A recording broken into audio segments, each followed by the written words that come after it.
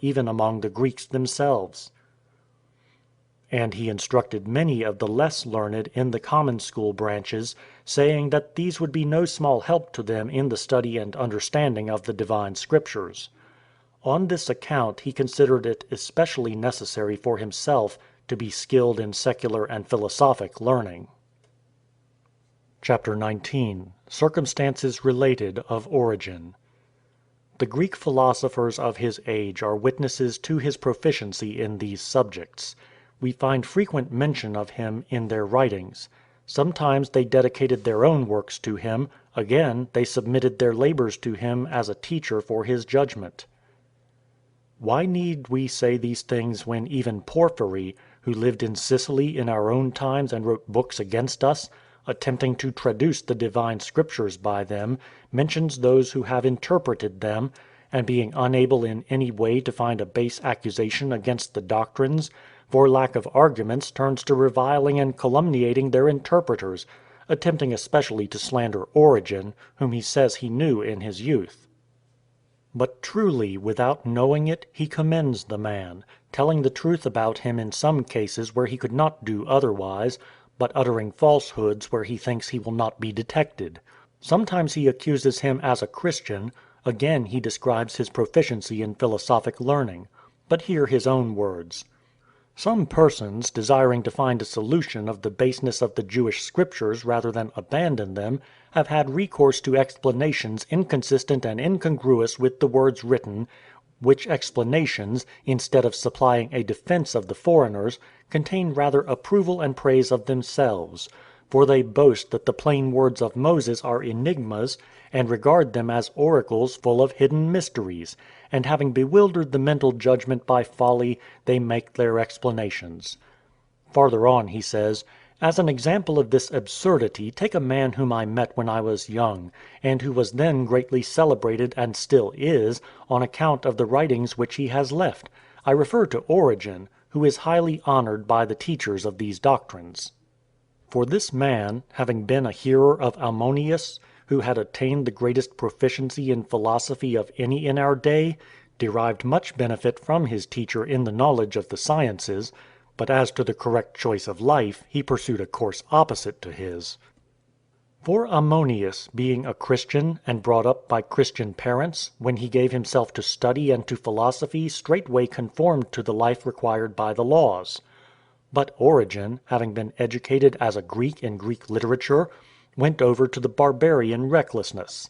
And carrying over the learning which he had obtained, he hawked it about, in his life conducting himself as a Christian and contrary to the laws, but in his opinions of material things and of the deity being like a Greek, and mingling Grecian teachings with foreign fables. For he was continually studying Plato, and he busied himself with the writings of Numenius and Cronius and Apollophanes, Longinus, Moderatus, and Nicomachus, and those famous among the Pythagoreans. And he used the books of Cimeron the Stoic and of Cornutus, becoming acquainted through them with the figurative interpretation of the Grecian mysteries, he applied it to the Jewish Scriptures. These things are said by Porphyry in the third book of his work against the Christians. He speaks truly of the industry and learning of the man, but plainly utters a falsehood, for what will not an opposer of Christians do, when he says that he went over from the Greeks, and that Ammonius fell from a life of piety into heathen customs. For the doctrine of Christ was taught to Origen by his parents, as we have shown above. And Ammonius held the divine philosophy unshaken and unadulterated to the end of his life. His works yet extant show this, as he is celebrated among many for the writings which he has left. For example, the work entitled The Harmony of Moses and Jesus, and such others as are in the possession of the learned. These things are sufficient to evince the slander of the false accuser, and also the proficiency of Origen in Grecian learning. He defends his diligence in this direction against some who blamed him for it in a certain epistle where he writes as follows: "When I devoted myself to the word, and the fame of my proficiency went abroad, and when heretics and persons conversant with Grecian learning, and particularly with philosophy, came to me, it seemed necessary that I should examine the doctrines of the heretics and what the philosophers say concerning the truth. And in this we have followed Pantaenus, who benefited many before our time by his thorough preparation in such things, and also Heraclius, who is now a member of the Presbytery of Alexandria. I found him with the teacher of philosophic learning, with whom he had already continued 5 years before I began to hear lectures on those subjects. And though he had formerly worn the common dress, he laid it aside and assumed and still wears the philosopher's garment, and he continues the earnest investigation of Greek works. He says these things in defending himself for his study of Grecian literature. About this time, while he was still at Alexandria, a soldier came and delivered a letter from the governor of Arabia to Demetrius, bishop of the parish, and to the prefect of Egypt who was in office at that time, requesting that they would with all speed send Origen to him for an interview. Being sent by them, he went to Arabia. And having in a short time accomplished the object of his visit, he returned to Alexandria. But some time after a considerable war broke out in the city, and he departed from Alexandria. And thinking that it would be unsafe for him to remain in Egypt, he went to Palestine and abode in Caesarea. While there the bishops of the church in that country requested him to preach and expound the Scriptures publicly, although he had not yet been ordained as presbyter. This is evident from what Alexander, bishop of Jerusalem, and Theoctistus of Caesarea wrote to Demetrius in regard to the matter, defending themselves thus. He has stated in his letter that such a thing was never heard of before, neither has hitherto taken place, that laymen should preach in the presence of bishops. I know not how he comes to say what is plainly untrue. For whenever persons able to instruct the brethren are found, they are exhorted by the holy bishops to preach to the people. Thus in Laranda, Euelpis by Neon, and in Iconium, Paulinus by Celsus, and in Synada, Theodorus by Atticus, our blessed brethren. And probably this has been done in other places unknown to us. He was honored in this manner while yet a young man, not only by his countrymen, but also by foreign bishops. But Demetrius sent for him by letter, and urged him through members and deacons of the church to return to Alexandria. So he returned and resumed his accustomed duties. Chapter 20. The extant works of the writers of that age. There flourished many learned men in the church at that time, whose letters to each other have been preserved and are easily accessible. They have been kept until our time in the library at Aelia, which was established by Alexander, who at that time presided over that church. We have been able to gather from that library material for our present work. Among these Beryllus has left us, besides letters and treatises, various elegant works. He was bishop of Bostra in Arabia. Likewise also Hippolytus, who presided over another church, has left writings. There has reached us also a dialogue of Caius, a very learned man, which was held at Rome under Zephyrinus, with Proclus, who contended for the Phrygian heresy. In this he curbs the rashness and boldness of his opponents in setting forth new scriptures. He mentions only 13 epistles of the holy apostle, not counting that to the Hebrews, with the others. And unto our day there are some among the Romans who do not consider this a work of the apostle. Chapter 21. The bishops that were well known at that time. After Antoninus had reigned 7 years and 6 months, Macrinus succeeded him. He held the government but a year, and was succeeded by another Antoninus.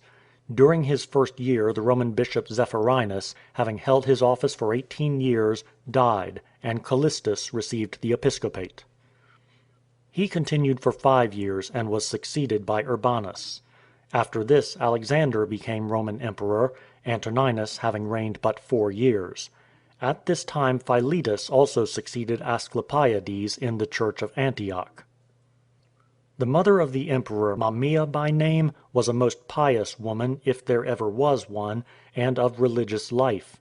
When the fame of Origen had extended everywhere and had come even to her ears, she desired greatly to see the man, and above all things to make trial of his celebrated understanding of divine things. Staying for a time in Antioch, she sent for him with a military escort.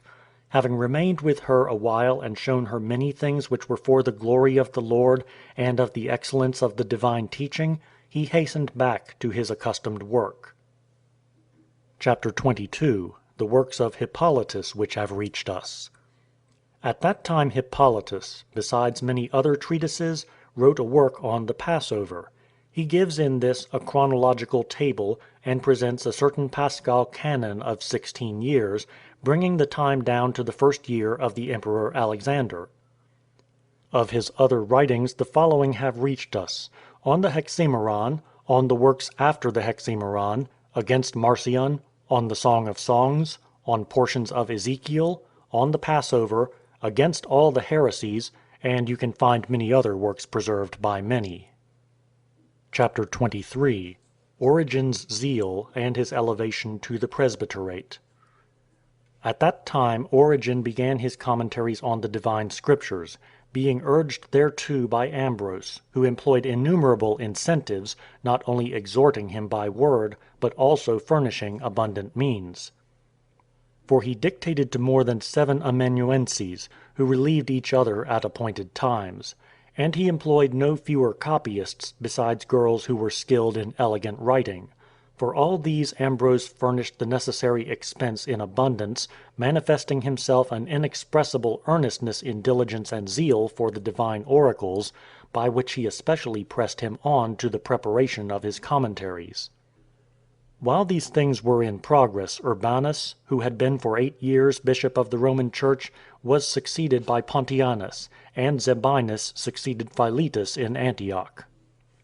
At this time Origen was sent to Greece on account of a pressing necessity in connection with ecclesiastical affairs, and went through Palestine, and was ordained as presbyter in Caesarea by the bishops of that country.